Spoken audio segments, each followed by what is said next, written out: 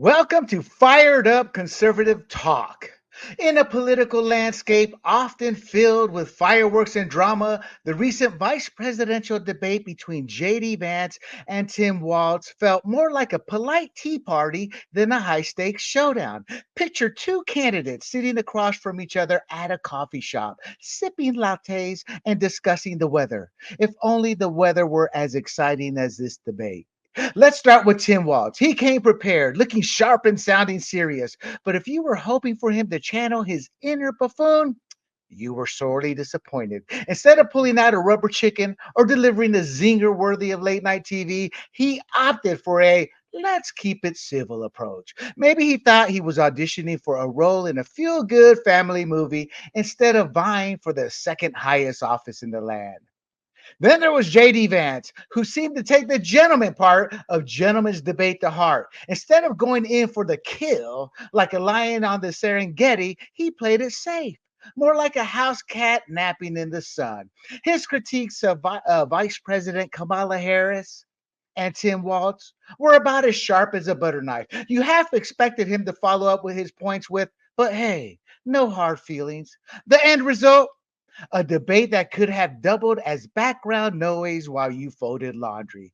Viewers were left wondering if they had stumbled into a political seminar instead of an electrifying clash of ideas. It was like watching paint dry, if the paint were also trying to be diplomatic. In conclusion, while both candidates showed up ready to play nice, they forgot that we tune in for the drama. Instead of memorable moments that would make us laugh or gasp, we got a debate that felt more like a friendly chat over coffee, minus the caffeine kick. So if you missed it, don't worry. You may not have missed much, but we'll discuss.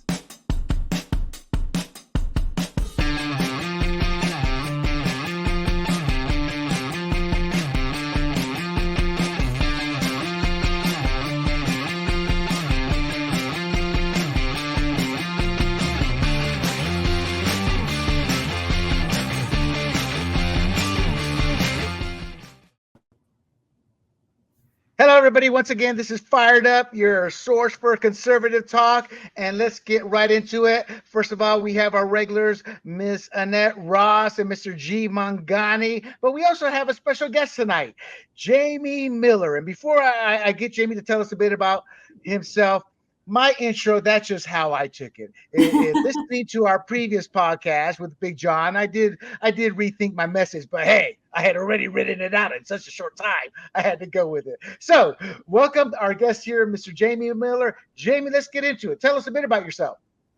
Hey, I am a longtime political consultant and reputation management, strategic policy, public relations professional. So I've worked on political campaigns and mostly in Florida for the last 30 years. Everything from a rural bond for a hospital emergency room to being a senior advisor on Newt Gingrich's presidential campaign here in Florida. I'm a veteran of the 2000 Recount in Florida. I was director of field operations, and I'm a former executive director of the Republican Party of Florida. So close elections are my expertise. We got a big wig. I love people like you with your experience. I remember I just had to laugh at the 2000 recount thing because that was a big cluster. The whole country was waiting on what you guys were doing over there. So I'm glad it pulled it in the right direction. That's how they were looking at those shads. I remember that. And you know what, Jamie? I tell people, I go, you want to look at the first modern day steal. We're not going to go to JFK and what Daddy did in Chicago. Look at the 2000 election in Florida. Jamie, your quick thoughts on that and compared to today? Because I tell people, hey, Al Gore cherry picked the counties. I mean, they knew they were going for the steal with the Florida Supreme Court that was obviously very liberal. I'm biased as a conservative, but even as a younger man there, I was like, this does not seem right. What I mean, looking back at it, what are your thoughts in comparison to the?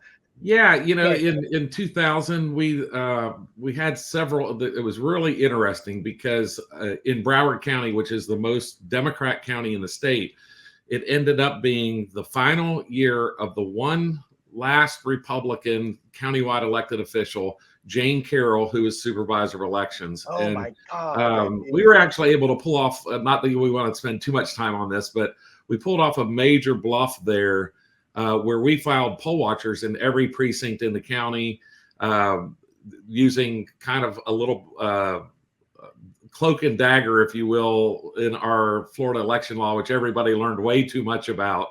But as you know, every county in Florida and almost every county in America kind of has their own fiefdom of supervisor elections on how they count, how they report, the machines they use. A lot of times with state direction, but sometimes it's at the sole discretion of that county supervisor.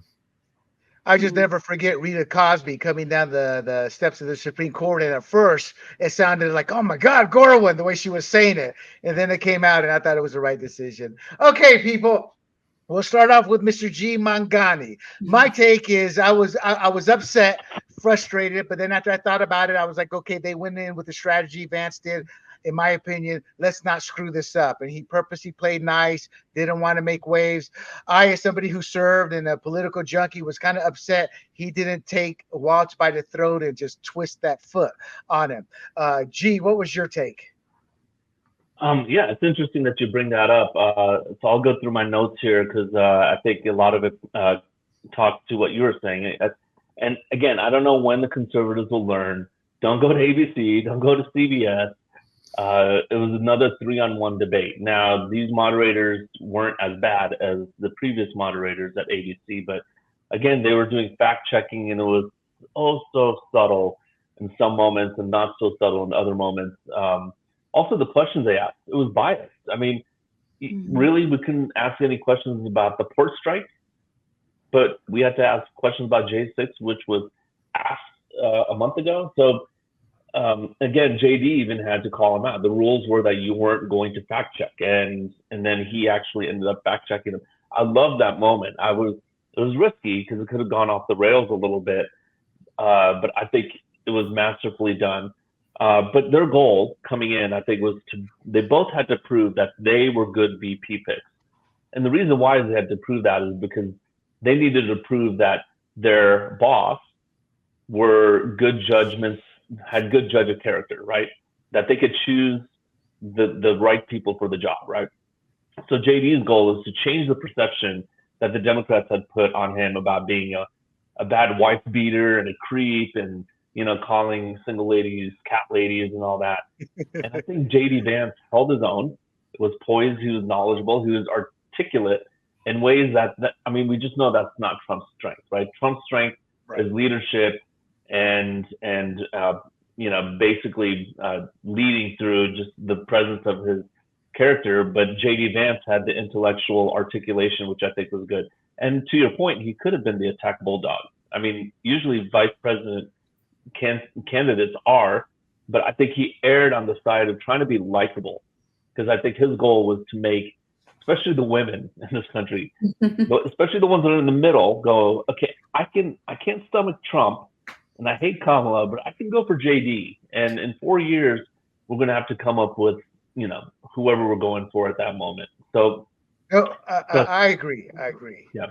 So then I think his thing was he proved Trump's choice of himself was strong. And then Tim's goal coming in is he had to prove that he had the testosterone to go from like the little stage to the big federal stage, right? And for some reason, he perfected the look of sheer terror. I mean, he just had this deer in the headlights look for like an hour and 40 minutes. So it was amazing. Now, I'm being facetious because at some point he did get a little more comfortable, but I think he failed at his task. I think just from hearing in pundits, I think Kamala's in there going, oh my gosh, who did I pick? He looked nervous and fidgety. He looked like he didn't want to be there. And, we've seen the videos of him. He acts awkward, like Homer Simpson, is what I've said last week. And he just kind of, I don't know, maybe rehabilitated that a little more. But on substance, he had word salads. He had a lot of attacks on Trump, but very little articulation of Kamala's policies that Kamala herself can't explain. So he did a little better job of explaining that she couldn't. And so I watched CNN, Dana Bass, Jake Tapper felt like he was over-prepared and he just couldn't hit back. So I think it just goes to show Kamala's judgment was weak. So my overall take, I think these debates don't move the needle, but this one might because it's the last debate. So I think it will move the needle a little bit towards Trump. Look at that. That haircut got you fired up, huh, G? I tell you this. This shows real quick how we look at it differently. I thought the bar was set so low for Walz going in. We were all expecting a 2 or 3. I thought he did a 7 or an 8 in contrast to what it could have been. Miss Annette, what are your thoughts? Well, I love that G said deer in headlights. And I don't know. I know you said it was sort of like sleepy time, but what is wrong with being polite? I actually, no, I'm sorry, but I appreciate a civil discourse. I do, guys, because you have to sometimes at least show, I think, to the American people that you're trying maybe to find a little bit of common ground. It doesn't have to be a bloodbath. It doesn't. And I thought they handled some moments where they were trying to be congenial with one another. And I guess call me crazy. I don't know, but I thought it was nice. I appreciated it. I actually think that JD Vance did a very good job. He, in my opinion, I felt bad, honestly, for Tim Walz at times. He looked uncomfortable. When they did the side shots of him, he looked stressed out. He was looking down feverishly, like at his notes sometimes. I'm like, oh my gosh, that poor man right now. What is he thinking? And JD was very smooth and articulate in his responses. He could give one point after the other point after the other point and not even pause, which was, I thought, extremely, he was very smooth and very polished. And I thought he did a great job. And I thought that Tim Walz had a few good moments, but on the whole, I thought he was weak. Okay. Jamie, if you haven't figured it out, Miss Annette is our keeps us sane person. You know, here's my favorite picture, Tim Walz, who I assume that's his daughter. I mean, I don't know. Yeah. Okay, Jamie, your thoughts. I don't know. We've never had a guest of your stature, and I say that in complimentary because you've got the experience. Do you look at things from a professional perspective? I'm honored to be here. Thank you so much for having me. I really appreciate it. So, well, you're welcome. But do you look at this from a professional perspective and a personal? I'm just curious. I mean, give us your thoughts, but I'm just curious of what. Yeah, I can tackle it either way. I think probably more passionate is from the personal side, but I felt like JD Vance didn't win this debate. I thought he commanded it. I mean, he was. There were no fewer than 3 occasions where he said, "I'm sure Governor Walz would agree," and Governor Walz was already like, "Yes," before Vance even finished the sentence. And so it was just kind of like, well, he could have filled in the blank with anything and still would have won the moment. And I thought Walz had 2 very, very bad moments when he was talking about both China and then being friends with school shooters, which both were just bizarre comments that I think will get a lot of airplay. JD Vance had the one prepared comment that I thought he delivered well, which was the whack-a-mole, comment that, well, I know you're going to have to whack-a-mole because inflation and the economy is so much better under Trump, and somehow you have to come here and defend the atrocious economy of Kamala Harris. I won't say that's a quote, but I think I got fairly close. And so I felt like overall, now the question is, does it move the needle? And JD Vance, Governor Walz also had a couple of, I felt like from a professional standpoint, it probably made his staff wince. At one point, he said something like, these aren't super liberal or new Green Deal people, and almost talking down to the left of his party. He also said one time, I thought he demeaned blue collar workers, where he said something along the lines of teachers, nurses, truck drivers, whatever. And yes, and so I just thought those were, from a professional standpoint, those 2 moments I thought were horrible in the fact that, if you're a teacher, a nurse, or a truck driver, and then he's dismissive about your profession, how you put food on the table, and how you send your kids to college. I felt that was those were moments that probably showed the true character of Governor Walz and how he doesn't not really speak for all Americans. I agree. I guess, what I have just discovered listening to you all is I'm always taking the notes so fiercely. I'm hearing this. I'm like, gosh, I don't remember because I'm so focused on the notes that I don't hear the little nuances and things like that. And in fact, right before it started, I had a little family emergency, so all I wrote was thoughts on the opening questions. Let's start with you, G. Iran versus Israel. What are your thoughts on that portion of the debate? Then we'll go to Jamie. Then we'll go to Annette. Yeah, I mean, that was Waltz's first question, right? I mean, he was super nervous in that with his answer. I mean, and I get it.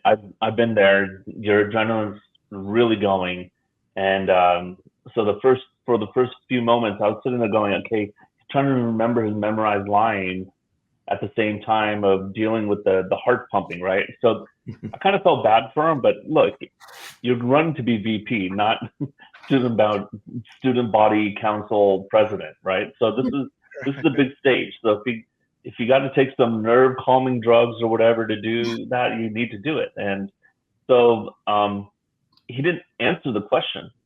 So the answer was, do you support Israel if they do a preemptive strike? And what did he do? He spent I believe it was 2 minutes. He just attacked Trump the whole time. Trump this, Trump that, Trump this. And I believe there was a quote on CNN pre-debate, maybe it was yesterday or today, where he said, look, this is not like being a teacher where you have to answer the students' questions. It's a lot different.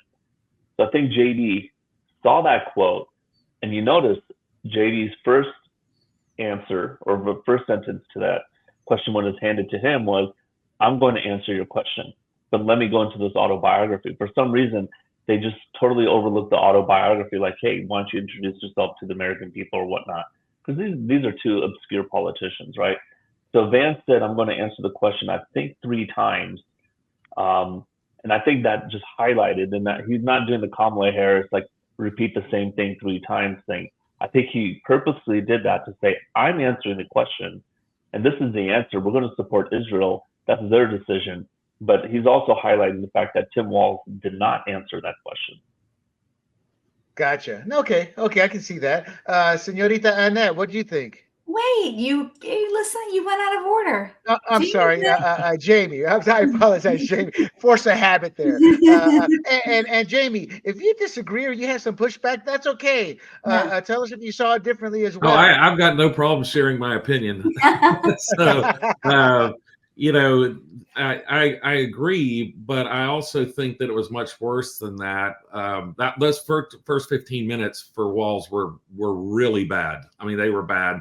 They were bad from optics. He looked like the Chris Farley meme of, the guy who's selling vans or living in vans down by the river, right? And all sweaty and just, he mixed up, I want to make sure I get this right. He mixed up, I think it was Israel and Iran. He just completely kind of, when he was answering his question, he kind of said, is Iran, like, it's like, and it left the viewer thinking, like, which one did he mean, right? He also mixed up Gaza and Hamas, and you think somebody who is, coming out of the gate and prepared for a debate of this stature and wants to be a heartbeat away from being president of the United States, those aren't mistakes you like to see happen, certainly from a staff standpoint.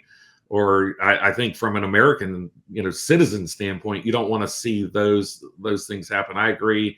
In fact, my wife, who's not political at all and kind of is my sounding board on these, she just, she's, playing her game on her iPhone and just kind of says, yeah, they really can't say much other than they're against Trump. And that was her takeaway of that first question. And I think that probably is about a fair analysis as anyone. Right. Miss Annette there, what were your thoughts on the Israel? I agree with both of the guys. You guys are going to make it easy for me tonight. He was bumbling. And I guess the only thing I could add to what they said was, did he instill faith in the American people that being that heartbeat away from the presidency, he could be giving strong, sound advice, and we could be comfortable with him in that role. You know what I mean? Should something happen, that he could like be commanding and know what he was doing. Like, he did not instill faith in me. And I felt that it was, to your point, Jamie, at times a little bit confusing. As confused by him at that early, in those early stages. I thought that was his weakness. I did think he strengthened during the debate a little bit. They both said it. Analysts kept saying that, well, they're having to defend, and as they badmouth the actual presidential candidates. But I think the Democrat Party in and of itself is in a tough spot. They don't want to lose the Muslim vote, and yet they want to keep the support of the Jewish vote. So that was a tough one. And then him flubbing it and leaving confusion. You're right. It was not a strong moment. Did anything, quickly here though, did anything stick out outside of the fumbling there from the Iran-Israel that maybe Vance should have or should not have done in your perspective, G, before we move on to the next topic, clean energy? No, I think he talked a lot about when Trump was there was deterrence, right? And that's what kept the peace through strength. And I think JD presenting that, and this is the contrast, right? That Jamie was also talking about, is that when you look at Tim Walz and he's jittery about this thing, and you're like, oh my gosh, how is he going to handle Iran and Israel if he becomes president? Meanwhile, you contrast it with JD, who was calm and in control and answering the question and saying deterrence, peace to strength. It was almost Reagan-esque. And I'm sitting there going, 2028, this is my next Reagan in my mind, right? So I think that was an important moment, just because this started at 9 p.m. I mean, maybe people watched the first half hour, and then that's people. A good point. So yeah. Jamie, agree with G there, or disagree? I do, and I think that Walz's strongest moment came at the very end. This debate was supposed to end at 10:30. I think it went to about 10:50 Eastern. And certainly, if you're kind of interested, and you saw an hour and a half, you're probably, and you wanted to put in an hour and a half, you stopped at 10:30, and his biggest haymakers kind of came at the end, where he came off the ropes about January 6th. And, but that, I don't put that on JD Vance as much as that was always going to be a play in the Democrat playbook this time, regardless of whoever was standing on the stage. I thought JD Vance handled it very well, or as well as he could have. And, I felt like,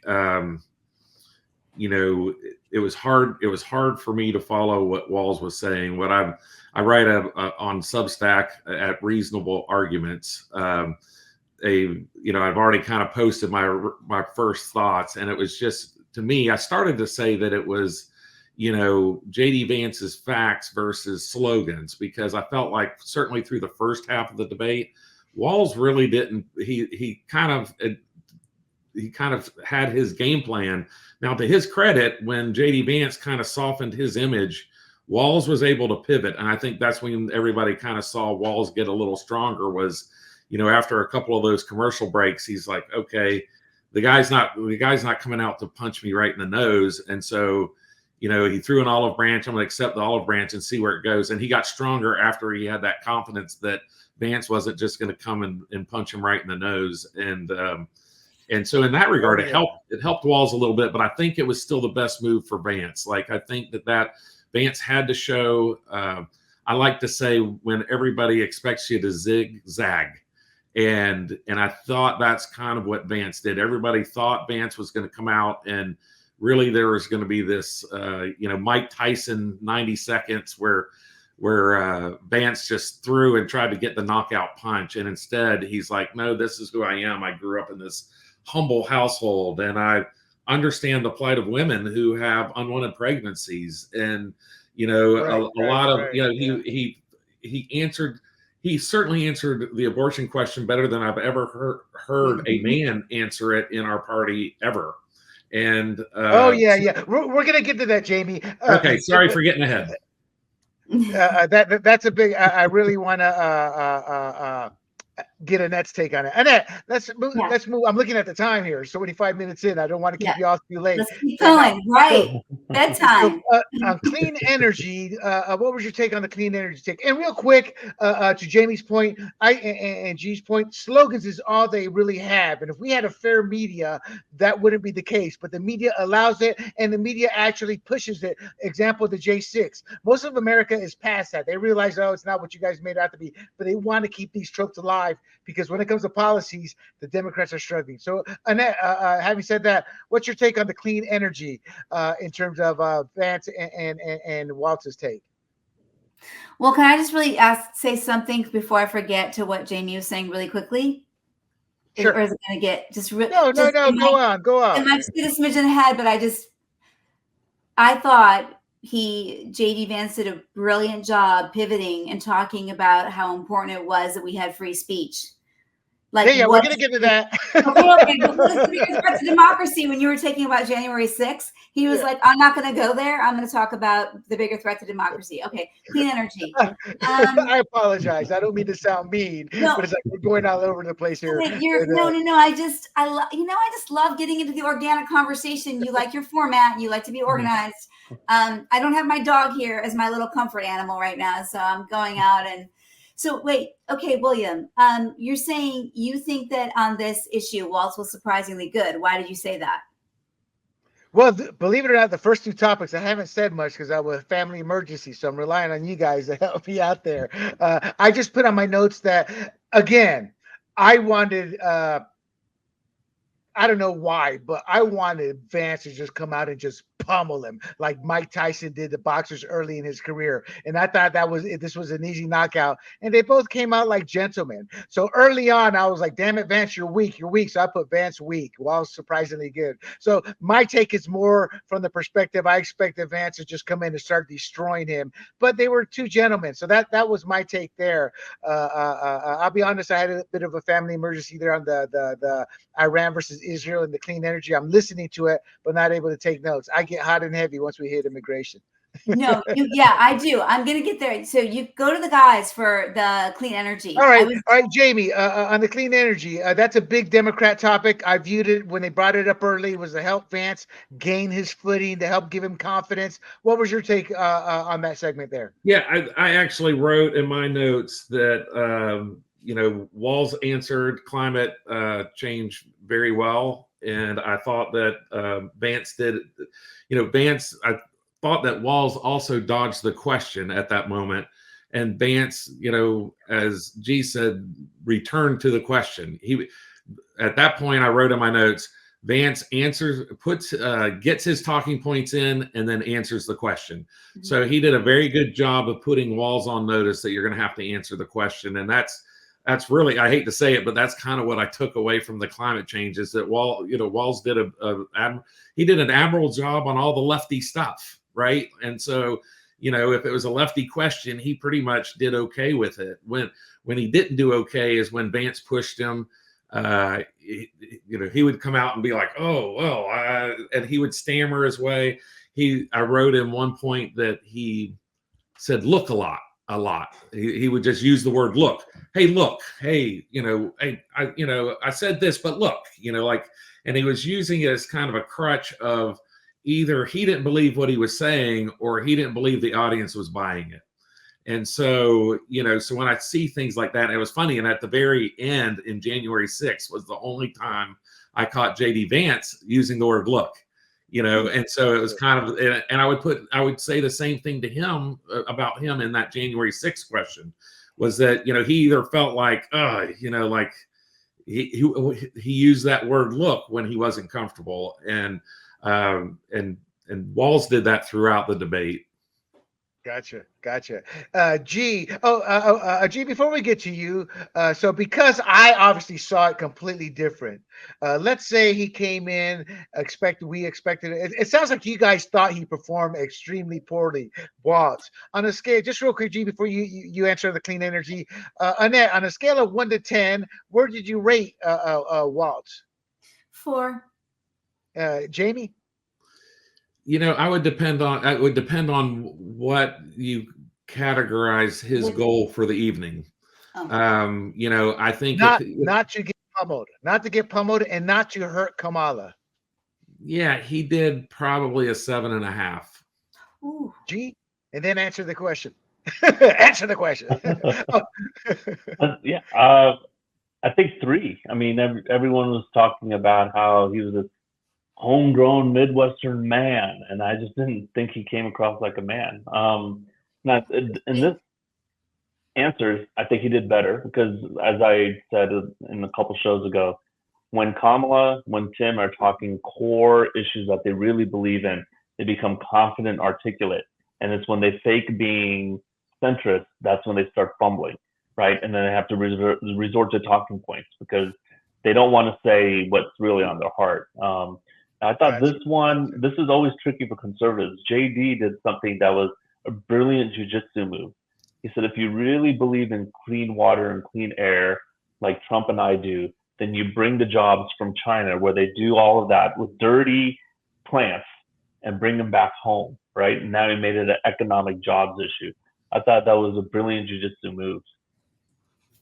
Yeah, you're exactly right. Yeah, that was good. And I'll clarify that I gave him a 7, dependent upon. I don't think anybody who is voting for Harris left Harris because of Walz's performance tonight. Right. I don't think either one moved the needle. All right, so let's move on to immigration. I thought Vance did make a good point with when he talked wages. And one of my issues is when Democrats get in the corner, they're like, well, your meal prices are cheaper. Because I do understand you get those and I also hate it when Americans go, well, Americans won't take that job. I'm like, yeah, if I had a teenage son, I'd say, get your ass out in that strawberry field here in Valley Center and learn some responsibility and accountability. But their fallback is they won't take those jobs. And I thought Vance made a good point in terms of how illegal wages or how paying illegals drops that wage. So I thought that was a good answer. And he stuck to the deport them with the criminal. Hey, let's start with the criminals first. And we're at a point in this country where I believe everybody's, oh yeah, because that's all you're seeing in the news.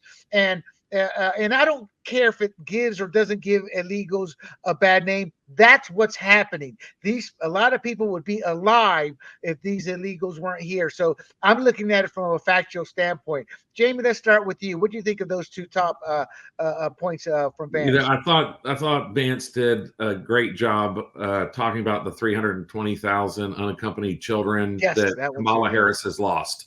I mean, how do you lose 320,000 unaccompanied children? I mean, that's the population of Pittsburgh, Pennsylvania. That's the population of North Las Vegas, Nevada. I mean, we're not talking about small cities here. And that if we put all those children in one city, it would be the same population as Pittsburgh. It's incredible to me that this isn't a bigger issue in this campaign, because she clearly was identified as our government's representative to, okay, even if they're saying, we're going to let as many illegals come across the border as possible, wouldn't she at least take some responsibility for children and making sure the children who are coming over unaccompanied are safe?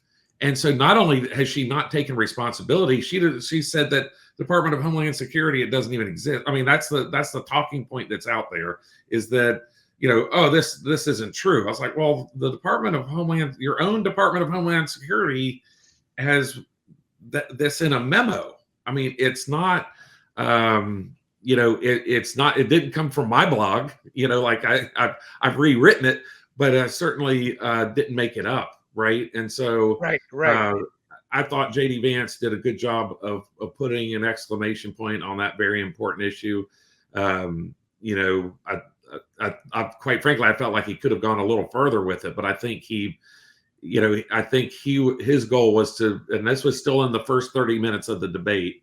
And so I thought, he was going to be calm, cool, and collected. And I thought that he handled the question very well. That's a great example of what I was talking about, pummeling him there. And thank you. I had 320 and I was writing so fast I couldn't read my notes. I'm like, so you're right. That's an even better point in terms. I guess what I'm trying to say is I liked how he started out, how he handled the whole immigration. But I also think because of all the crime, the gangs, the news, everything has shifted in terms of how they were talking and looking at immigration pre-2020 to how they're looking at it now. It's kind of like you get what you vote for. And I used to tell people, wait and see what's coming, back in 2018, 2019. G, what about your take? And let me add another caveat, the way G's our economic guy there, Jamie. So G on the wages and the 320 kids. But what about his take on the Trump stalling the bill that Senator Lankford? And after G talks, before we go to Annette, Jamie, I'd like your take. Is Senator Lankford an actual conservative? I can't quite remember, but G, let's get your take first. No, I think that there was one missed moment for JD in this, and I think he did extremely well. I think Kamala and Tim think that this is an effective attack, and to some degree it is, because Trump did kill that bill because he got Mitch McConnell on TV saying it, or he didn't kill it, but he had a hand in it, right? But what JD should have done, he said Kamala spent 3 years undoing Trump's 94 executive actions. What he should have turned and said, all you're doing is waiting for Congress to pass some bill when you could have just put some executive actions like Trump did, right? Like just go and act, be a leader, right?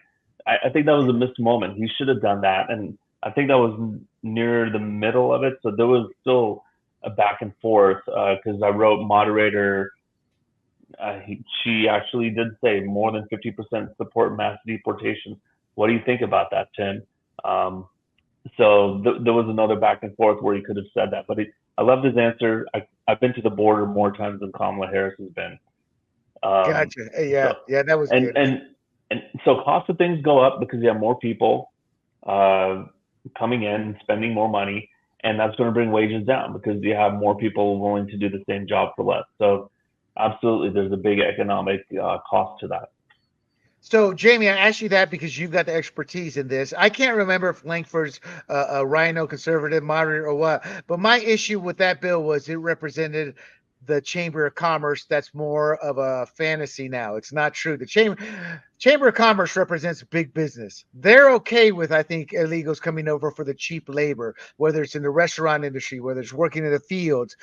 So when I saw that bill, that's what I saw as a constituent, as a Latino who's come from Panama, who's lived his life being a political junkie after seeing two dictators. And but to be honest, when he said it, I was like, oh, it was Senator Lankford and obviously Mitch McConnell. But am I looking at it wrongly? I'm asking for education here, or is my analysis and thought process right? I don't think so. I think it's kind of I think Democrats are tilting at windmills a little bit when they're like, oh, Trump as a non-elected official, and when all this was going on, he wasn't. I don't even think he had fully secured the Republican nomination. Although I think at that point it was kind of a high likelihood that Trump was going to be the nominee.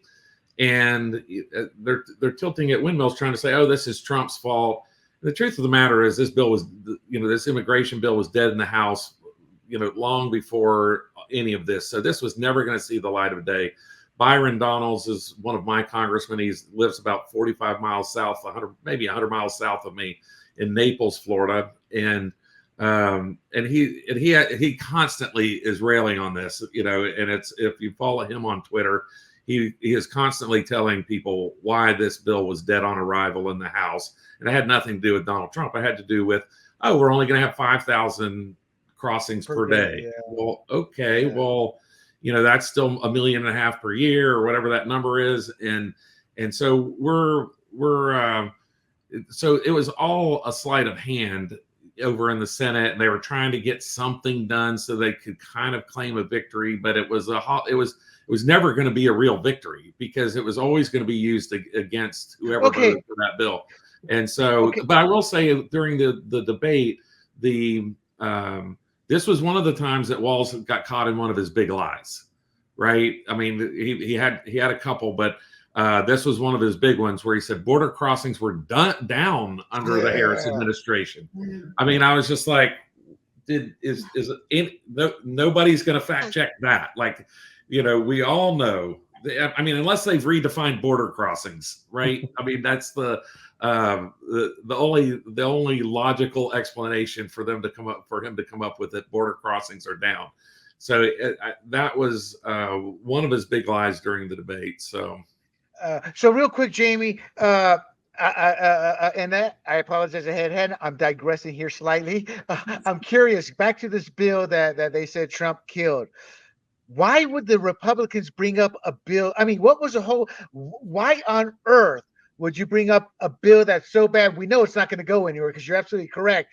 Where the optics are going to look bad for Republicans from the get-go. That's one thing I did not understand. Why did you guys even bring this bill up in terms of the Republicans? I've never worked on the inside of Capitol Hill. I have worked on campaigns for incumbents who are on Capitol Hill, and what I've learned running those campaigns, like I said, it's a whole different level of sausage making when you're on the Hill. But even just being like a campaign manager for a congressman or somebody running for the U.S. Senate who is a sitting member of Congress or a U.S. senator, the biggest strife in those campaigns always comes between the campaign staff and the actual Hill staff within the campaign. And it always surprises me. It's like, oh, we should all be getting along. We all have the same boss. We should all be, working. Many hands make light lifting. Pick a cliche, right?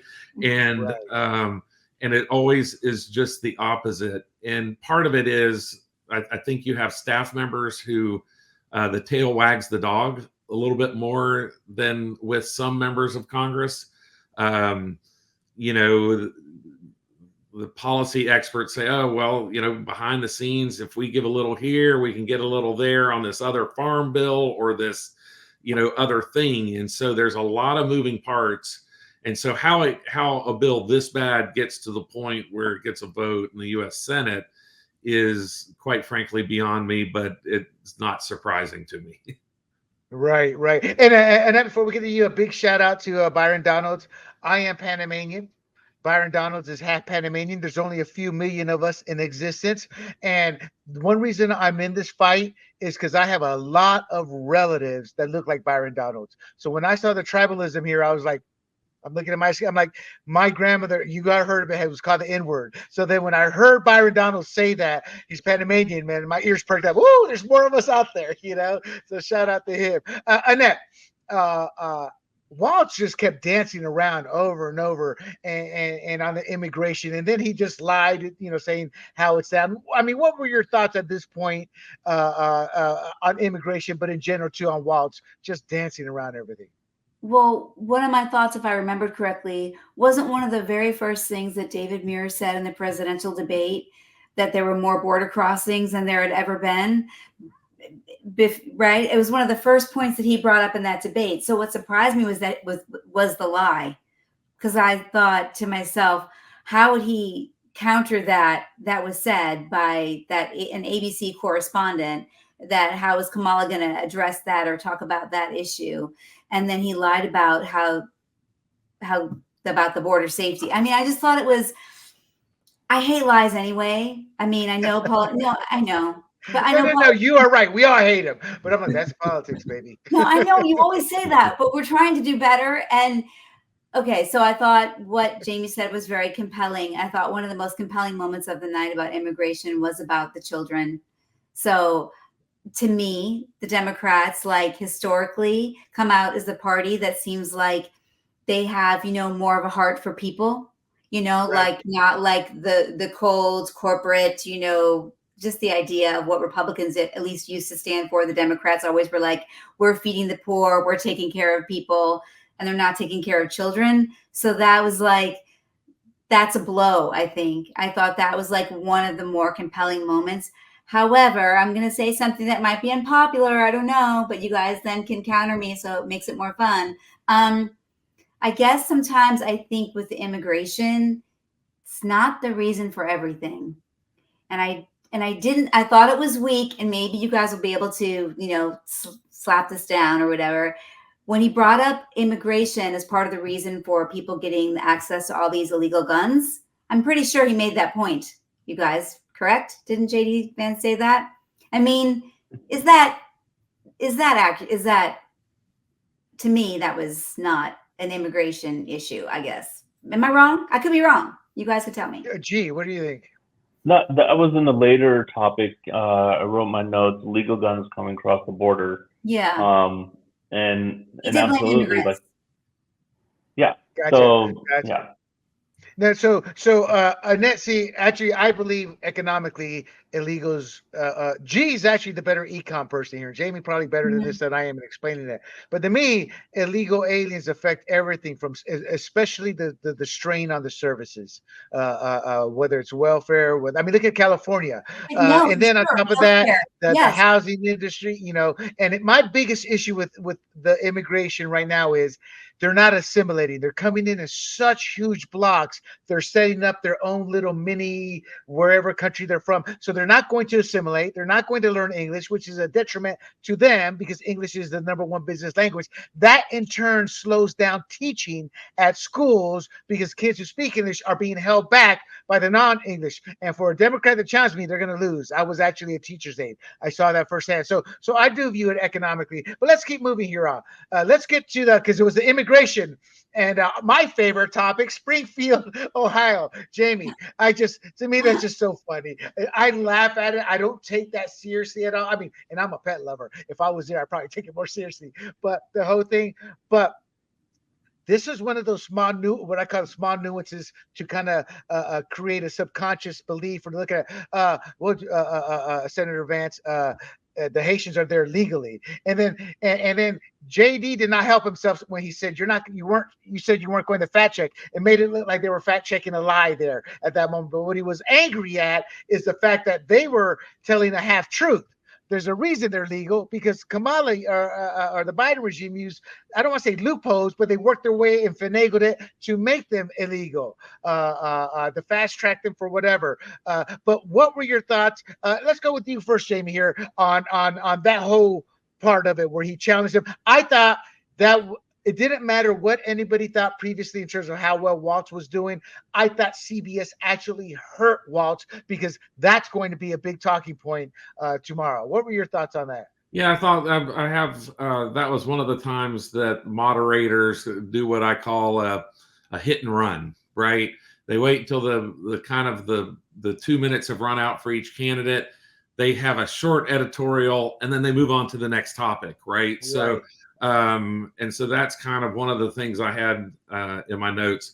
And you know, and it's and the moderators did that several times, always in Walz's favor, you know, to the degree that they were. And so like I said, I don't think the moderators were the story like they were in the very first debate, but they still, I think you still saw the media agenda setting that is capable from people in power in the media, just how they choose the questions, where they decide to ask them in the debate. You know, certainly the January 6th question coming at the end, they wanted that to be kind of one of the lasting moments. So, you know, it's disingenuous. It's not, you know, the amount of time that was spent on abortion was probably the longest topic of the night. And so I just, how that 2 minutes turned into 16 or however many it was, I'm guessing, I haven't looked at the time, but it was just, it seemed like an extremely long time that they were talking about abortion, and they just let them go back and forth, you know, because that was one of the topics that I felt like Trump didn't do well on. And Trump even on that topic in the last debate with Harris, people tried to move on and Trump went back to it. And it's like, listen, let's move off the topic. And so it felt like the moderators were trying to instigate that moment again with Vance, and then Vance didn't. And I know I'm skipping around a little bit, but we were back on Or we're So back no, on the. you're right. I agree with you on the abortion. But I guess assessing with a final comment here on that moderator moment, did it help or hurt Vance there? Him challenging him, I'm not defending CBS, but they were smart in this sense. When they cut the mic off, they cut it off on both of them, so they wouldn't look biased. What's your final comments on that? And then we'll move to G's They comment. did. I thought that moment worked out. I wrote in my notes moderators question mark and circled it because it's like, oh, is this going to become part of the story? And it didn't. And so I think the moderators would argue that, hey, us cutting off their mics and cutting them off both at the same time and doing it in a fair way, if that it was a fair way, at least that may have changed the debate into the more cordial thing we saw in the last 2/3 of the debate. Or, so I think they will defend themselves that they did the right thing. They probably did the right thing. I would have probably given Vance, it seemed like he was coming in for a landing within the next 10 seconds. I probably would have given him that 10 seconds rather than kind of making this big point that we're the moderators that hear us roar, but Right. But I don't think it hurt Vance because I think Vance was correct on the facts. I don't know that it's something that Harris's team is going to really revisit a lot with the press, like in the spin room that's happening right now. And since we're live right now, immediately following the debate, it's I don't know that that's an issue that they're going to really try to accentuate or shine a lot of light on because Vance is right on the facts. Right. That's what I'm saying. I think Vance won that. Everything that any positive that Walz had gained at that moment, he lost because, Vance, you're right. It's not going to be a big story, but people's perceptions from the first debate to this one, the moderators ruined it for the first one. Then they hear this so early on. It does leave a lasting impression on the average Joe. G, your thoughts on that moment? I think it was a slap on the wrist, right? It's like, okay, I'm on to you, and this is going to happen again. And I think Jamie's right that moderators said, okay, let's hold back on our personal comments. Because when they said those people in Springfield are not illegal, he's like, well, darn right they're not illegal. Kamala put them there, right? And so I think that was also a win. So it was a double win. One is you wouldn't have this Candy Crowley moment with Mitt Romney later in the debate, right?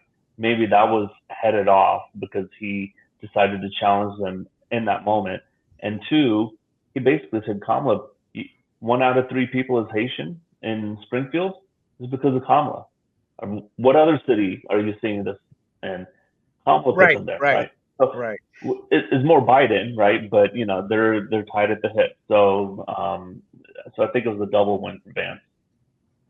Miss Annette, what were your thoughts? Yeah, well, I'm going back one fast second and then we'll go back to my thoughts. My thoughts are similar to Jamie and G, but I just want to quickly say, I wasn't saying that illegal immigration isn't a problem economically. I was just bringing up the gun issue. So sorry. Oh, what is this POW about? What is this POW about here, William? Oh, I'm just having a little fun, lighthearted. Oh, is that me too? Yeah. There is no right or wrong. What's unique about your perspective is you bring the perspective that a lot of Americans are seeing. And sometimes we get too caught. I know Jamie does this for a living. I've been doing this my whole life. G's an econ. Yeah. So sometimes we get so far into the weeds. It's good to hear a fresh perspective from that we may not think of, because sometimes I'll pull my hair out. I'm like, how can you think that? How can you see that? But they're not living their lives politically. They're working, going home. They hear snippets. They'll hear this, watch this debate. So their perspective is a little different. So it's very important. But what did you think of? To that point, William, though, so sometimes when you're just at home listening and you're like, immigration, problem for everything. It just sometimes starts to feel like, no, that's, you know what I'm saying? And if you talk to people outside of our party or outside of a conservative mindset, they don't hold that same truth. Do you know what I mean? They don't see that in the same way, for sure. No, you're right. You're right. I don't deal with illegals. But I'm sure somebody in the construction industry, somebody in the restaurant industry, somebody working up here in the fields, each each industry will probably have their own thoughts on how they view. I view it from a bigger picture, what I believe in this country, how I think this country is going, and I base all of mine off of my upbringing in Panama. And my point is, you have your own upbringing. G has his, Jamie has his, so we all do look at it differently. So let's go on here. Well, before we go on, I just want to point out one thing. Like it makes me smile and gives me hope that Annette says that she's hearing immigration too much, because as a professional, we would sit on a calendar and say, okay, at this point in the campaign after the vice presidential debate, you're trying to tell a story. And so, of course, immigration's part of the story of this election cycle. And every time I hear Springfield, and I suspect, I don't know, but I suspect that the Trump campaign is going to start leading into, very quickly after this debate, that every American in every corner of America feels less safe than they did 4 years ago. And that's not because of what's happening overseas. In the past, it's been because things are happening overseas. Now they're happening here. So much so that this one little town in nowhere, Ohio, is now 1/3 of one foreign group. It's not like, hey, we're having a melting pot. It's like G said, it's like they took 1/3 of this town and plopped 20,000 Haitians in a town that was 40,000 people. And so they increased the population by 50%, all with one nationality. And so that's to change the entire dynamics of that town. And so I think what you'll see the campaign do is pivot maybe a little bit from him. They're always going to talk about immigration, but they'll start talking about how you feel and how you feel less safe. Your children feel less safe at school. And William, what you were talking about, like, hey, my children aren't getting the same education, so that they were capable of, because of the massive language differences that we now have in our K through 12 public school system. Right. That's and living here in San Diego, we're not as close to it, but it's like every day in the news from LA, San Francisco, the crime and feeling unsafe. And to G's point, with the services being pushed to a breaking point in Springfield, I saw after all this went down, I read or saw an article or video talking about how there's one little industry that has completely displaced the Springfield residents because the Haitians came in and they undercut them all on the wages. So and I think they should pivot to something like that, but they've got to figure out a way to make those talking points into general layman understandable talking points. Okay, so we all know that Tim Walz's best moment was not Tiananmen Square. I guess real quickly here, I don't want to delve too much time on this because we all agree on that, but gee, could Walz have done anything to make it better? And the caveat being, JD came back with a great answer at times. Look, I say I'm wrong. I've said it tonight. And he was alluding that to maybe you should have done that. So is there anything Tim Walz could have done better to handle that? Because that was like a Kamala worse out of that. I'm like, I think Kamala personally prepped them for that section. It seemed like. Right. So she said, okay, well, when they ask you about Tiananmen Square, talk about how you rode bikes in a small town with your buddies and the green lawns, the hopes and aspiration dreams. It was a bizarre answer. If he had just said what he said in the second segment of his answer, right? So he gave this long word salad, and then the moderator, to her credit, said, okay, but you didn't answer the question, right?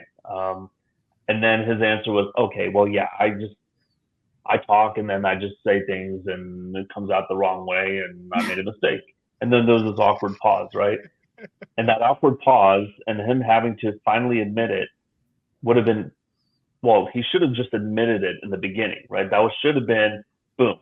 Yeah, I got my dates mixed up. I said the wrong thing. I wasn't there, period. We all make mistakes. I'm sorry. Then, that would have been the end of it. But no, it looked like he was trying to dodge the question, and she brought the question right back. And then he finally had to answer it sheepishly. And he didn't even directly answer it. He almost did. And then there was this weird pause, like, when your mom and dad used to look at you, when you said, yeah, I took the cookie out of the jar. And then they just kind of stare at you. Right. And it's like this weird, like, oh boy, I'm in trouble now, right? That was the moment. He should have just fessed up in the beginning. I agree. Miss Annette, I kind of Yeah. view it from this perspective. There are times in our lives we know where we were at, and if you were at Tiananmen Square, I mean, when somebody says Tiananmen Square, and I'm sure you guys would probably agree, the first thing that comes into my head, the first image is that Chinese dissident standing in front of the tank. So if you were there, you're saying you saw that. That's in essence what you're saying. So to me, I agree with you, G. Annette. I just think that, look, I just misspoke there. I sincerely apologize. Let's move on. I mean, that was the best I could do. What are your thoughts? I thought that was a disaster. It was so uncomfortable. And I was like, again, I guess I'm constantly baffled by it. And I know I shouldn't be, because you keep on saying it happens, William, but like, he was just lying.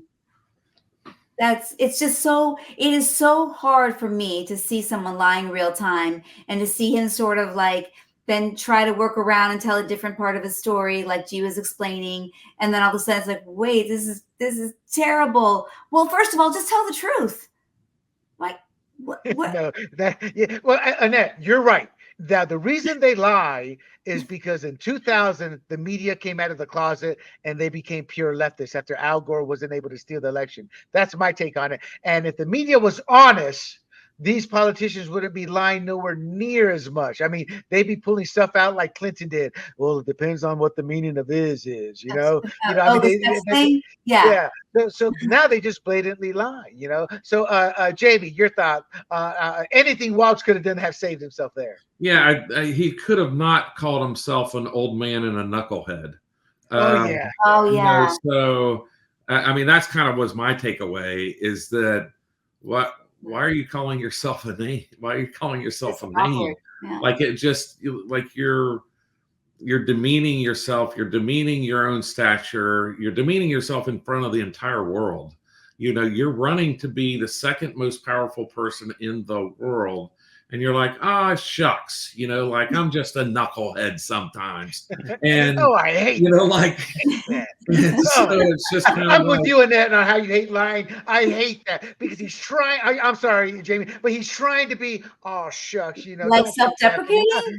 Yes, self-deprecating. And I'm like, no, I think that's maybe what he was going for, but at the same time, like G said earlier, we're not electing someone class president and trying to plan a homecoming dance, right? We want somebody who can sit across the table, or at least support the person who's sitting across the table from the leaders of Russia, China, and North Korea. And that all shucks stuff is not going to work. And I thought he embarrassed himself, and I thought he proved himself incapable of being commander-in-chief. Yeah, it's not endearing. No. I agree. I mean, it's like even Mayberry knew they were in trouble if Barney Fife assumed the mantles of sheriff. God, we are dating. I'm dating. We are. All y'all shaking your heads, so I know we're all dating ourselves. That one. Kids are like, "Who's Barney Fife?" Okay, let's move on here. Just give me one statement on your thoughts when they tried to get Vance to talk badly about Trump. I think it failed. I think Trump handled that. He mentioned the tariffs. Give me just a couple of sentences, G, then Jamie, then Annette, on what you thought how JD handled that. That's what Tim Walz should have done. He said, "Look, I was wrong. I admit it. I changed my mind." Simple. Just say that. For the audience, me and Big John go back and forth. Big John's our producer, Jamie. You see him there silent at the bottom of the screen, but he always brings that up about JD Vance. I had TDS until February of when I saw what Trump was starting to do with the regulations. I held my nose when I voted for him. I was like you, Annette. There's a way you campaign against your own party, and I was TDS, but I changed, and now I am a Trump champion, not because of Trump the man, but I look at the results. And as a Latino who looks at the whole minority landscape, whoa, we were rolling. We were surfing high when he was there. So people do change. Jamie, how do you think JD handled the Trump question? I agree 100%. It's I always like to say, it seems like we're all in violent agreement, right? So instead of arguing with each other, we're in violent agreement. But I think that I agree that JD Vance did a great job of being true to his positions of his past while explaining why they have changed. And so I think that's what America wanted to hear from him, and I think that's what they heard. And that I always preface it by saying, look, the reason I became a supporter of Trump is the actions and the results. I'm a results-oriented guy, because people will sit there and say, well, Kamala's changing. She says she's going to do this. She's never shown an aptitude to actually have done it or to do it. So how do you think JD handled the Trump question? Annette? Preface it. That's what you're trying to say. Thank you. I love to be a politician. Oh my God, I'll be another Tim Walz. Oh shucks. No, I love the straightforward approach. That's okay. That's defendable, right? Yes, it is. Because people grow and they learn and they change when they get new information. Right. No, I agree. So you like the way he handled it. Yep. Okay, no, I get it. Okay, so let's start with you. To answer Jamie's question or point from before, he's right. I think part of the reason the debate lagged past its 90-minute point was because of the abortion issue. It's like the Republicans have historically shown themselves to be a peewee team, and the Democrats a major league team, and how they handle this in the public. I'm not talking about their policies. It's how they talk about it. How their beliefs come across. And let's start with you, because I thought you may have liked this. JD came out and said to me, what is the truth? What is the first step towards Republicans and redemption on the abortion issue? We got to do better. We're trying. That's how I kind of took that. What were your thoughts? Oh my gosh. I was excited, William, because he made so much ground here, in my opinion, because he was coming out of a bit of a hole with that, because of the way things were cut up and the things that maybe he'd said and maybe had gotten misconstrued in the media. So now he was able to articulate a complete thought, and he was able to talk about it in a way that shows he can be measured about it and reasonable, and not some sort of what's the word for it when you just are absolute. So I thought he did a terrific job. That was like a strength tonight. Of course they love to bring that up, because they think that's the thing where they're going to keep all their women voters. I mean, that's especially the younger women, the fear of that, the fear of what policies might come if they have like a Trump Vance ticket. So they've done a good job enforcing that fear. And he did a really good job saying, you don't need to be afraid of this at all. Right. Now, Jamie, I think they dragged this segment out because this is where they were hoping Walz would come in with the right hook, the uppercut, and then, the kick. What are your thoughts on how JD handled this? JD, and I said earlier, I thought he answered it as well as any man has answered it in our party in a very long time. Yep. And he humanized it with his own personal experiences, so much so that he said, hey, one of my lifelong friends has had an abortion, and I know that, she feels like her life wouldn't be the same and wouldn't be as good if she had the child, because she was in an abusive relationship. And then he looked right in the camera and said, I love you.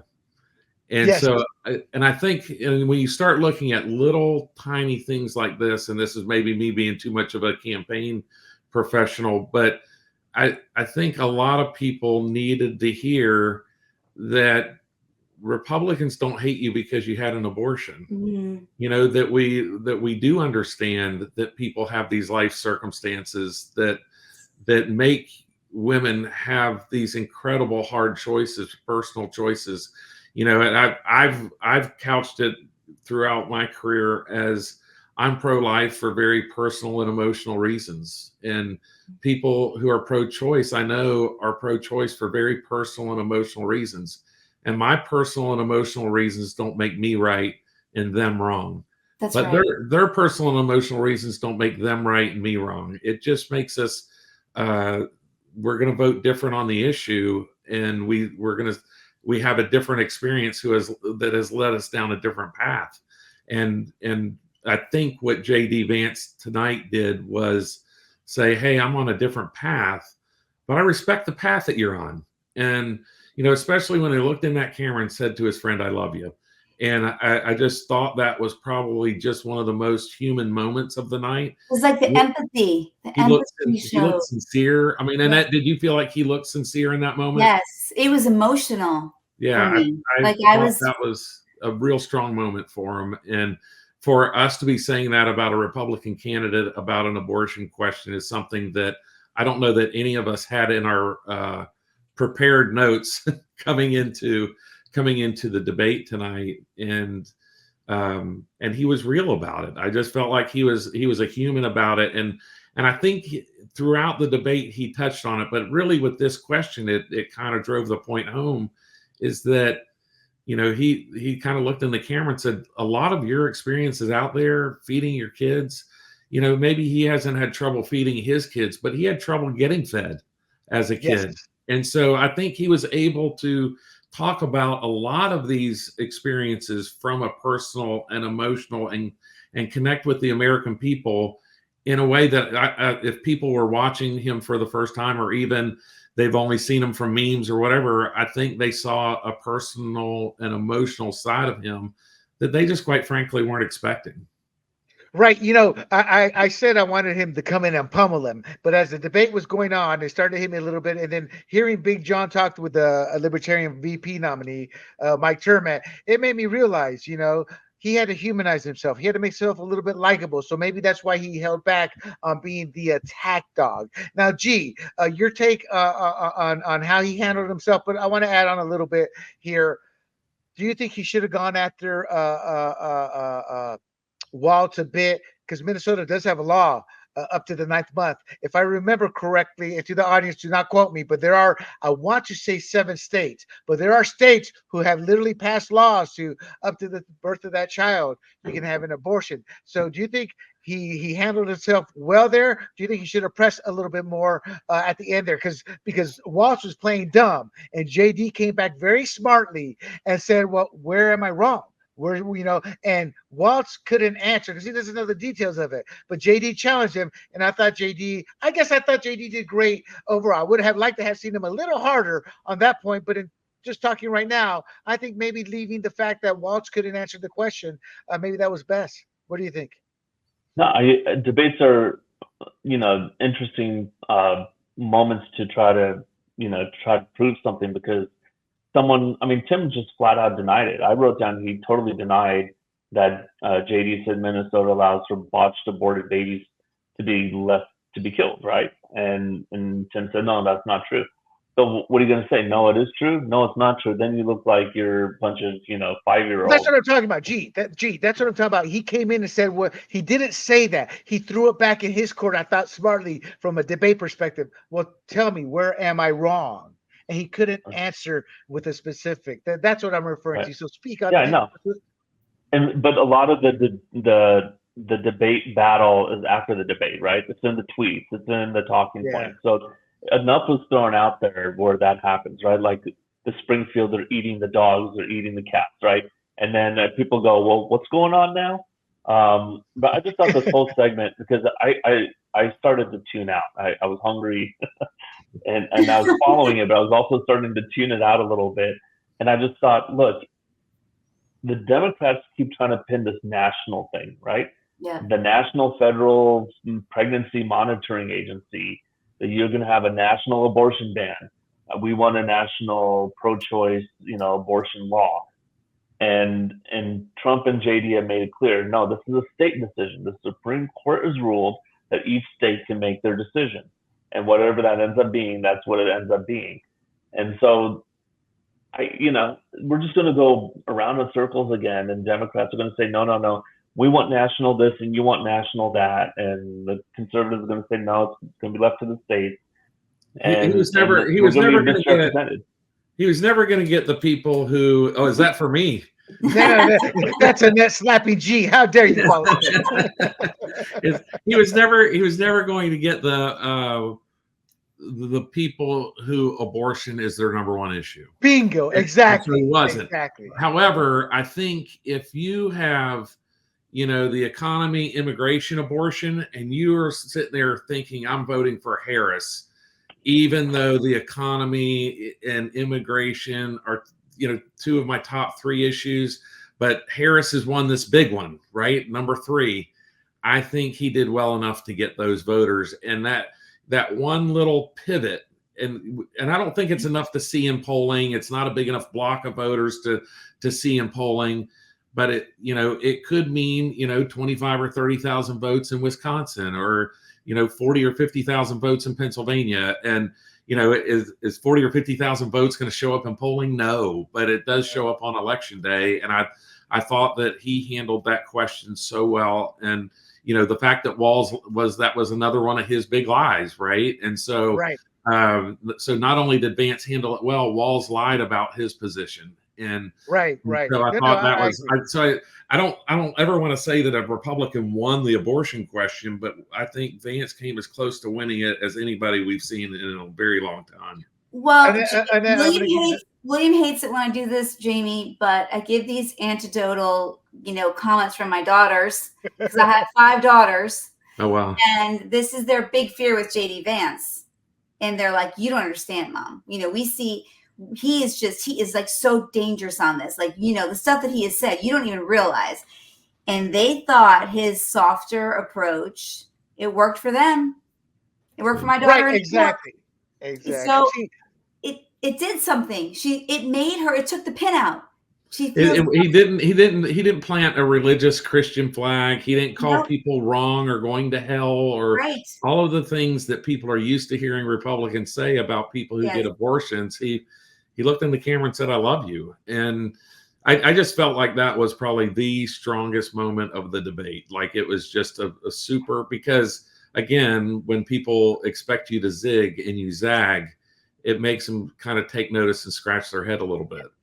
Right. So abortion is a big issue for me, not because of me personally, because I work with some groups who I don't say fundamentalists in a bad way. That's just a term I use for the hardcore pro-lifers. They're okay. They don't want limited government until it comes to abortion. They want the biggest government laws out there for that. And I keep telling them, before Roe versus Wade was overturned, 48% of the country was pro-choice. Only 46% was pro-life. I go, and then I'm like, that's one side that's hurting us politically in votes, regardless of your beliefs, the messaging of how they message. And then I just cringe when that 2012, I want to say, Missouri guy running for senator had his whole abortion and rape thing and just mangled it up. And it just became a talking point. So to see JD come out here, to me, in the bigger picture, this was a monumental moment in modern day Republican politics when it comes to abortion. However, I don't know if the party is smart enough to realize, hey, there's a potential template for us to start creating and crafting a message. So I don't know. But for tonight, I thought, and that's why they lingered on it. They kept trying to set Tim Walz for that knockout punch there, and he couldn't do it. All right. So they spent this time on abortion and the gun rights. Vance talked common sense, this was pretty much party line. But what got me was how little time they spent on this one. G, your thoughts on the gun rights topic here. And I mean, the biggest hit was Vance he talked about mental health and how big cities need to empower police more. That was about it. And I thought Tim Walz hurt himself by saying mental health is not such a big issue.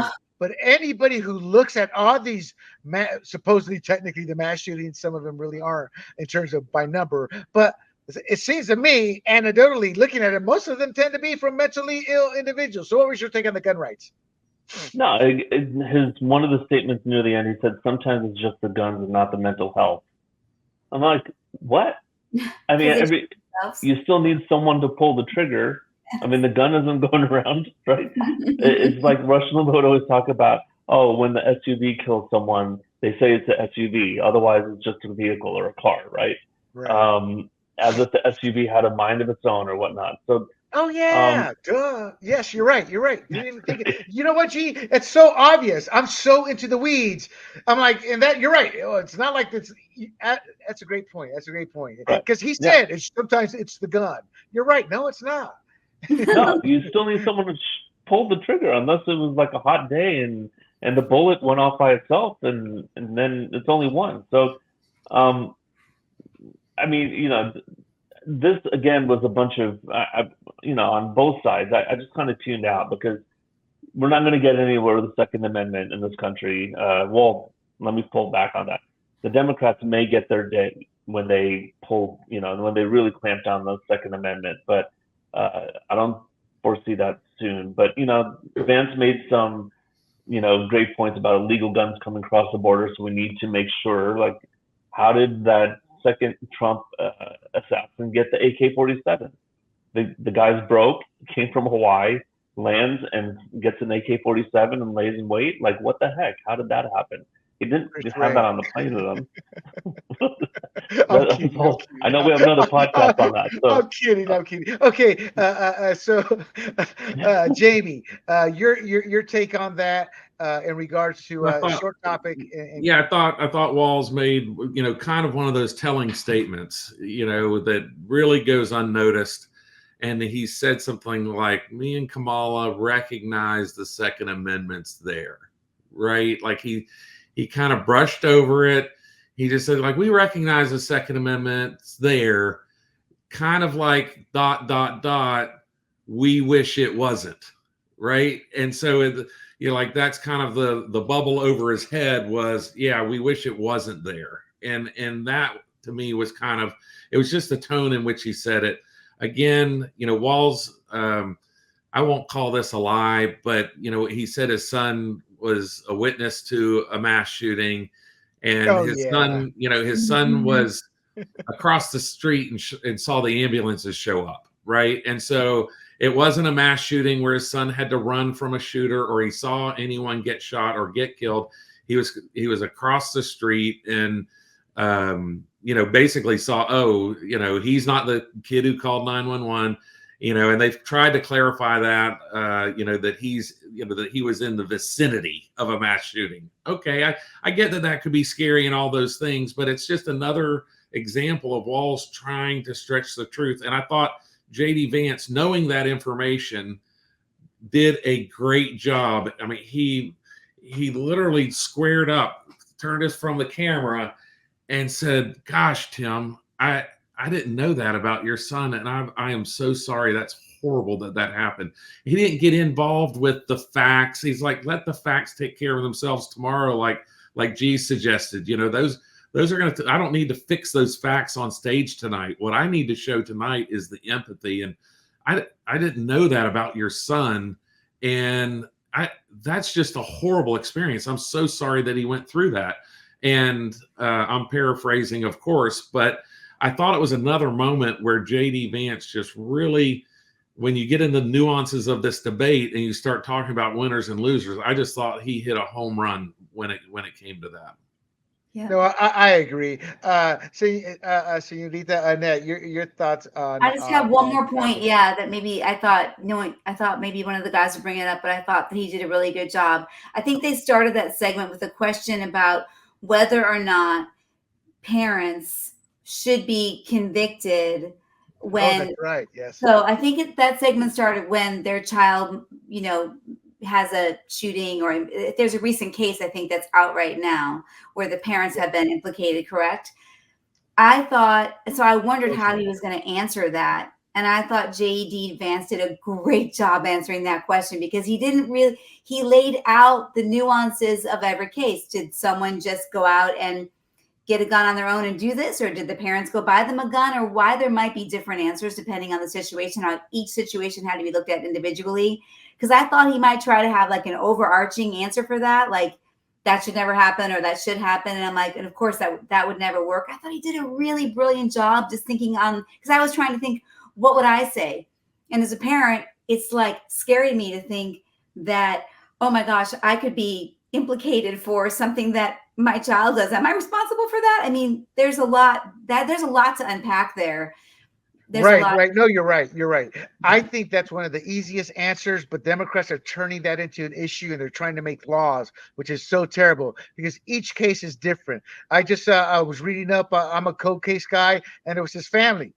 Poor kid was lost. That's a cold case thing, but it was the parents were like trying to protect. It was a bad kid. I mean, it depends on the situation. There's some bad parents, and they know their kid shouldn't have a gun. He gets the gun, and then they teach him hate. So I'm like, each case is different. But when you start making laws, I was talking to my friend in North Carolina, and he's black, and so we talk politics. He lives a conservative life. Comes November, cha-ching, Democrat.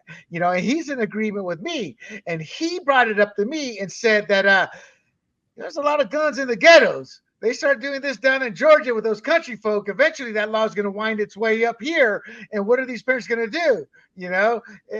And then I said, I'm not going to get into the sailor talk we got into. I'll be pulverized. But that's a good point. So you're right. That was a great answer by him. Okay. I thought on the housing. Let's move on to housing. I thought on housing, JD was brilliant, but it may have gone over people's heads when he brought up energy prices with housing. Because I try to explain to people, prices go up because of gas. How's that? How do you think you get your foods? We don't teach. We indoctrinate at school to simple things like that you should be able to understand. Well, you got to move your goods. So I thought JD did a pretty good job about energy and the truck drivers. I thought he answered the federal lands. That's a perception marketing issue. People don't know how much federal lands, but in their minds, when you say federal lands, they think of these vast lands of protected to put housing. Jamie, let's start with you here. What were your thoughts on the housing segment?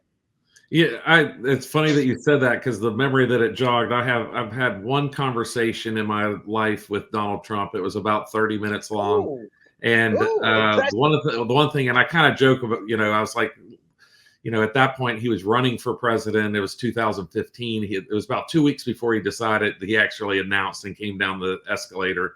He was here in Sarasota, and I told him, I was like, I'm just a blue collar economist. Like, I'm not an economist, but what I do know is when gas is cheap, food is cheap, and there have been, those are the two number things that have driven wars throughout history, energy and food.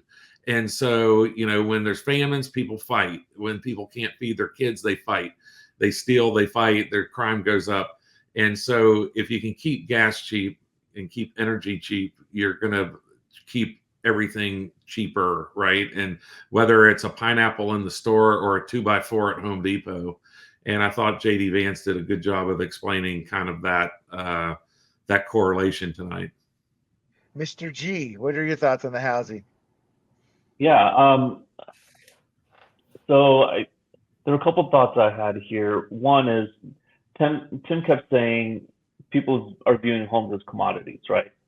And I don't think that's the right answer. And he was trying to say that's a negative thing. They're assets. They're assets to the people who own them, whether you're an investor or whether you're a homeowner. So he was trying to make that as a bad thing, but that's a good thing, provided that you own one. But two, absolutely, he was, I think JD was fact checked on migrants driving up home prices, almost as if like he was saying something that was racist. So going by the stats, we have a 4 million housing shortage, right, across the United States, 16 million new immigrants in the last 4 years. Let's say you divide each of them into families of 4, right? And that's being generous because a lot of them came across as one each. So then they've taken up 4 million homes, which is the shortage that we have. So, JD Vance actually just tweeted this out about 30 minutes ago from the Federal Reserve after he's fact checked on it by the Federal Reserve, saying finally there's a risk that strong consumer demand for services, increased immigration, and continued labor market tightness could lead to persistently high core services inflation. Given the low current inventory of affordable housing, the inflow of new immigrants to some geographic could result in upward pressure on rents, as additional housing supply might take time to materialize. So again, JD Vance is debating 3 different people here on stage, and I think Right, he that won was at the end. that part of it. That was at the end of the housing where they said, what are you referring to? He goes, there's a study, and we'll post it on the website. So he was able to answer it and deflect it. Like, I'm not going to get into this nonsense with you. There's a study, and then he made his point. Annette, what did you think on the housing issue? I mean, I don't have anything to add to what the guy said, really. All right, fair enough. That was like I mean, I did for me at that moment. I think I was like, I was a little tuned out for just a second. I just think it's common sense on the costs and how it works, supply, demand, free market, and I think it shows the moderator's ignorance and Waltz's own ignorance with some of his answering. Okay, let's combine the childcare with the Leave Act. I don't know if it's called the Leave Act. I'm sorry, the healthcare. I think Obama's old news. It's kind of embedded in our system. I think that was another way. Yes, Obamacare. I'm sorry. Obama too. Yeah, but Obamacare's old news. It's embedded in our system. I think they bring it up, like they brought up, some other old tropes, and I don't think it worked. I think he deflected it very well. Walz tried his best to come back. I thought overall the health issue wasn't the big win that CBS was hoping they could deliver for Walz. Let's start with you, Jamie, on this one. And guys, I apologize. Let's kind of tighten it up because we got about 10 minutes left. So I apologize. Yeah, so I've kind of like everybody else. I was sitting here taking notes. I put the childcare crisis. I thought he gave a good answer. But then it's kind of like, okay, I've got to get up and go to the bathroom or something, So I may have missed I may have missed a little bit, but that's really what I have in my notes is that I thought he gave a good answer on childcare. Yeah, I think it's infuriating because as a free market guy, understanding there's times the government has to get involved, I just think that's part of the competitive pricing for businesses. People don't understand healthcare was never a part of the businesses. It came about because of World War II and a shortage of workers. I'm like, you know what? If a company wants to offer paid leave for their kids, then that's an advantage. Go work for them but don't force companies. So I don't like where this discussion is headed. And I thought he did a decent answer. G, let's go to you on this, then we'll go to Annette. Yeah, just real quick, I think Ted Cruz and I believe Rubio back in 2015, they had a great plan of just removing the state lines and having enlarging the pool across the country. Like I'm part of Blue Cross Blue Shield in Massachusetts because that's where my wife's headquarters are. So why isn't it just Blue Cross Blue Shields of America, right? And then you have a bigger pool and let the free market take its course. So there wasn't really any real answer given here except for we'll look at it. I'm open to this or that, and it's not moving the needle for anyone. You hit it on the head. I completely forgot about it because Obamacare is now embedded. That was the biggest way to solve this issue. Just each state limits, they have their preferred providers just open, remove the state line boundaries from it. Because the healthcare, after I left the military and I was getting my own insurance, that's what the healthcare person told me specifically. He goes, if they remove the state lines and we could operate not under these laws, those laws, etc., he goes, it would be cheaper for everybody. Annette, any thoughts on healthcare there? No, I mean, they don't really get a chance to really dive into that. I did think he made a good point because he made sure that people understood that there wasn't some misconception that they wouldn't cover people with pre-existing conditions. And I think he even made a point that he talked about somebody in his family having some pre-existing conditions, if I remember that correctly. Because that's another thing, people play upon each other's fears in these situations, and people are scared that if they have had cancer, whatever it is, that they're not going to be able to get the proper health care. But I don't think that people really have a deep understanding of how Obamacare actually works. And I do. And I've seen how it plays out in covered California. So I don't know how it is playing out in other states, but it is very problematic now. And I just want to say, I know this is sort of anecdotal too, but I was on the elevator with a bunch of people at the doctor's office today at the hospital. And they were all talking about, we are now living in a time where if you have an acute problem, it's still a great place to be, America, for their health care. But if you're dying, but if you're trying to have any sort of, ongoing care or get appointments, or you're trying to be preventative in your care, forget it. it is just, we're in a sorry state for healthcare. Right. They did not really go into it. That's what I'm saying. It was very it was a weak topic in general. Right. My healthcare went up from a $3,000 a year PPO to we're paying over $15,000 now for two people because we're both self-employed. So it's a mess. It's going to remain a mess because the Republicans lost this battle and they had no desire to revisit it. So I had to step into the libertarian panel to hold the fort as we waited for our guests. So, and I was missing out on what looked like the most exciting part of the debate. It looked like they were going back and forth at it at the end. So, G, I'm going to let you take over because I completely missed out because I had to turn the volume out. I just saw them go back and forth, you know. What was happening there? And tell us about it. About the state of democracy question? Is that what it was at the end? Okay. Yeah. Yeah, I mean, it was basically the moderators asking whether, JD Vance felt like Trump was admitting that he lost in 2020, or was trying to subvert, the peaceful transfer of power. And JD, he really didn't want to answer the question, right? And I'll be honest about that. He just kept saying, well, I'm going to look to the future. And Tim came back with, well, his silence is, his non-answer is an answer, or something to that effect. So then at some point, JD did talk about the real threat to democracy is from Kamala and Tim, because of the threat of censorship, right? Yeah. And Kamala said it, Hillary said it, John Kerry recently has said it. The First Amendment is in the way, right? And what Jamie was saying earlier, I didn't catch that. Second Amendment, yeah, it's there, right? So, and then JD was talking about Hillary 2016, about the election being stolen. I think they went on around about that a little bit. And he said, Hillary in 2016 said, Russia, Russia, Russia. And then Tim Walz said, well, January 6th was a whole different level than Facebook ads. So they just went right back and forth on that whole issue.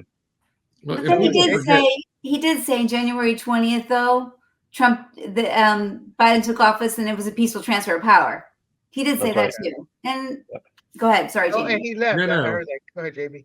So, no, and people forget in 2016 that Hillary Clinton put a full court press on electors prior to their vote in December to change their vote and to try to have thousands upon people. They did things like publish people's home addresses and had people knocking on their doors. I know at least 2 or 3 electors from Florida who are here from Sarasota County who had strangers on their doorstep every single day, that their kids would come home. They had to let their kids not ride the bus because they're like, I don't know if strangers are going to be at my house. And it's, so there was a full court press by Hillary Clinton and her crowd in 2016.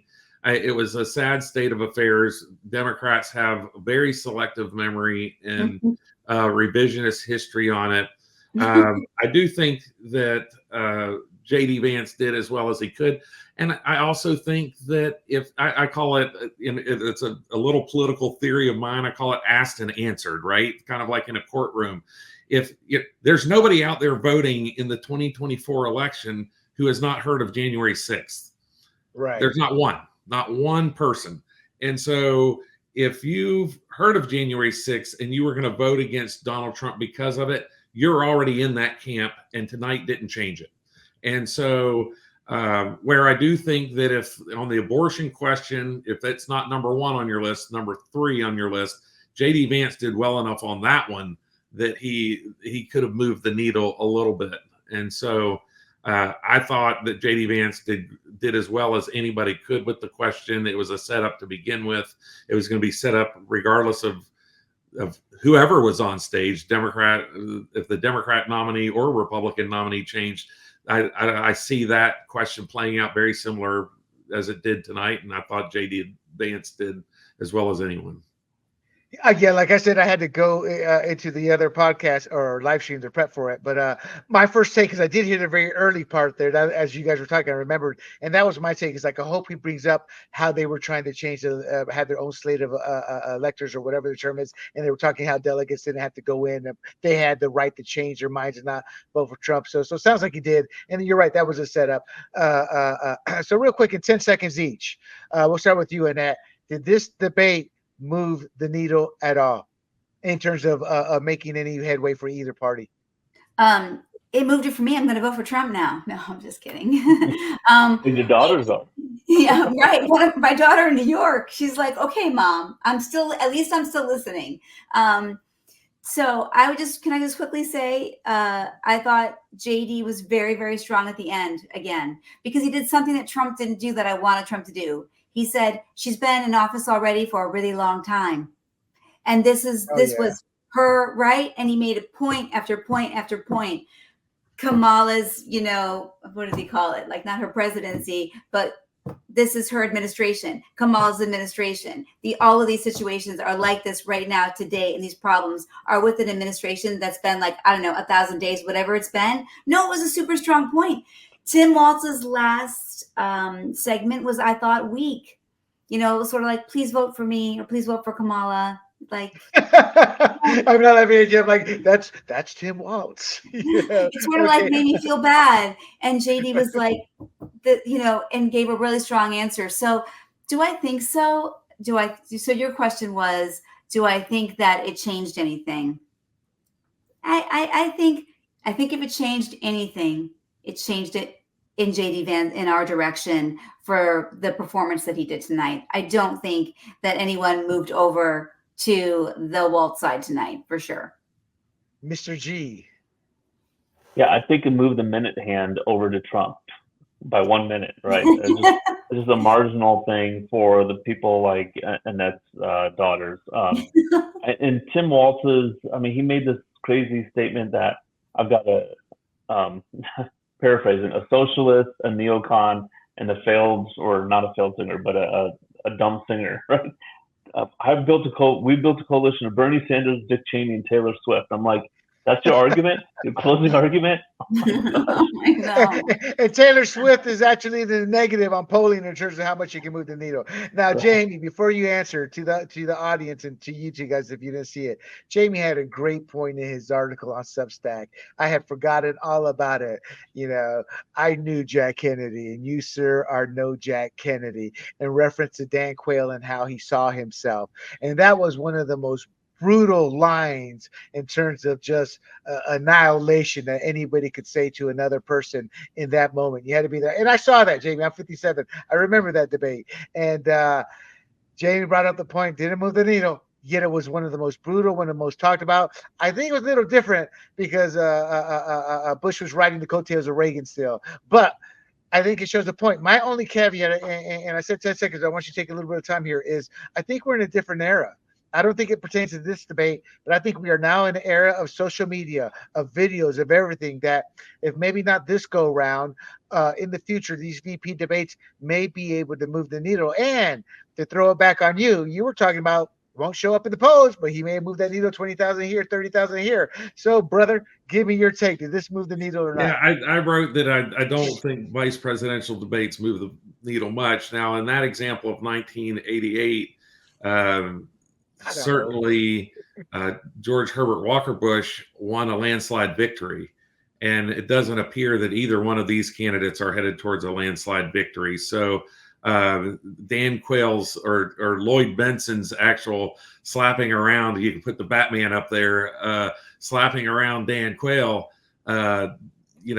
maybe didn't make a difference. But I do think that JD Vance showed a side of himself. And it's funny because I flipped it over to CNN for maybe 5 minutes because I already wrote a blog about it, so I wanted to kind of get my thoughts together, and I do that by writing, right? So I wrote my blog and already sent it out, and I felt like JD Vance probably, he did move the needle by zigging when everybody expected him to zag, and So in that regard, I think he could have moved the needle a little bit. I think that, Walz did not help their ticket at all. They didn't add a single voter tonight.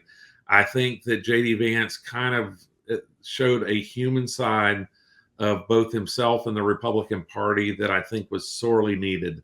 And in that regard, I think there are people who, because of the economy, because of immigration, because of foreign affairs, because of, go down the list of things that this administration have screwed up and that were better under Trump. All of these things were better under Trump. And so I think there were people who were not voting for Trump because they don't like him. And, at some point we have to realize, I always say, the ass beats the idiot every time. And, Donald Trump is our ass, and, Kamala Harris is their idiot. And so I have to hope that my political theory holds strong with that, because, I found my 30 minutes with Donald Trump, I found him a very likable person, but I certainly see the persona that people see of him and they don't like him. So the question is, can you not like the man and still vote for him to lead the country? And I think I think JD Vance was able to at least move that needle a little bit. Maybe it was only the minute hand, but he was able to move it in their direction a little bit to say, you know what, you don't have to like us for us to be able to lead the country. And, Right. And we will do a good job. And I'll tell you, for the first time ever, I saw somebody at the very end of the debate, oh, God bless you, God bless America. And he looked in the camera and he said, I'm rooting for you. And he said, I'm rooting for you. That's how he ended the debate. And I thought, you know what a heck of a way to end the debate. And it came across as sincere and just like, hey, you know what, I'm with you. And I think that was kind of the tenure, the theme of the entire debate for JD Vance was, I think he connected with the American people like no one, I think no one really expected him to. I think that if he's moved the needle, it's going to be with, and I'm speculating here with some logic, it's going to be from those who may not care for Trump and are looking at the VP, kind of like what Pence was to some of the Christian conservatives in terms of why partially they're part of the reason they selected him. That, okay, I don't like Trump, but this JD guy isn't what they said. And his answers tonight, he humanized himself more than any candidate. And to Tim Walz's credit, he did not come across the buffoon in terms of his personality. But I think JD, in listening to Mike Termat, listening to you guys, I think JD Vance humanized himself a bit more. And with that, across as somebody who is strong enough and capable enough to stand up to Trump. Oh yes, I get that, but see, that's the analyst in you. I'm talking about how people in the average Joe out there, they don't look at it like we do. Ron Nearing, Ted Cruz, after Ted Cruz fired somebody, he took the job. He made we were at that course. He sat there and said this. You see that little fingernail? That's us, the ones who know what's happening, that are in the weeds. The rest of the country does not know. And that's what I mean by humanizing. You're right. I think for some people that, but overall, for the average Joe that may say, let me go hear what this is about. And that's happening more and more because of social media. More people are tuning in. I think they left saying, what the media has said about JD Vance, I don't know. That's not the guy I saw. And so let me do this.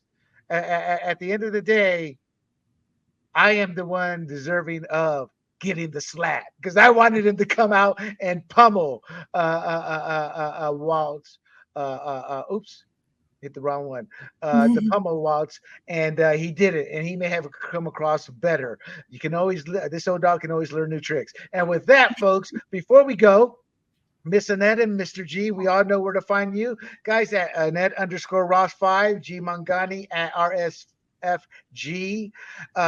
Jamie, tell the audience a little bit about yourself and where they can find you before we say goodnight. Yeah, I'm on all social media, TikTok, Twitter, everything's at Rep Jam except for Substack. I'm at Reasonable Arguments. reasonablearguments.com. And I've written a book. If you're interested, it's American Speeches That Changed History, and it's on Amazon. So Oh, man, I apologize. It's I love that. I picked up. I kind of do a little intro to 20 great American speeches that I liked. So I'll ask our producer to put all that in the notes with the book. Just make sure you email me the name of the book. And thank you for coming on. You made it very my pleasure. eventful. Thank you so much. This is a lot of fun to do this immediately after the debate. So it was really. You're on the East Coast. A lot of fun. So I'm sure your wife is already knocked out there. It's almost 2 in the morning over there. So to everybody else, thank you for tuning in. Do not forget to like, share, and most importantly, subscribe. You can find this podcast as well as our others at grumblingsmedia.com and on our social media platforms, Rumble, YouTube, Pandora, Spotify, and Apple under profile handle Grumblings Media. This is William Del Pilar. This is Fired Up. And until next time, I bid you adieu.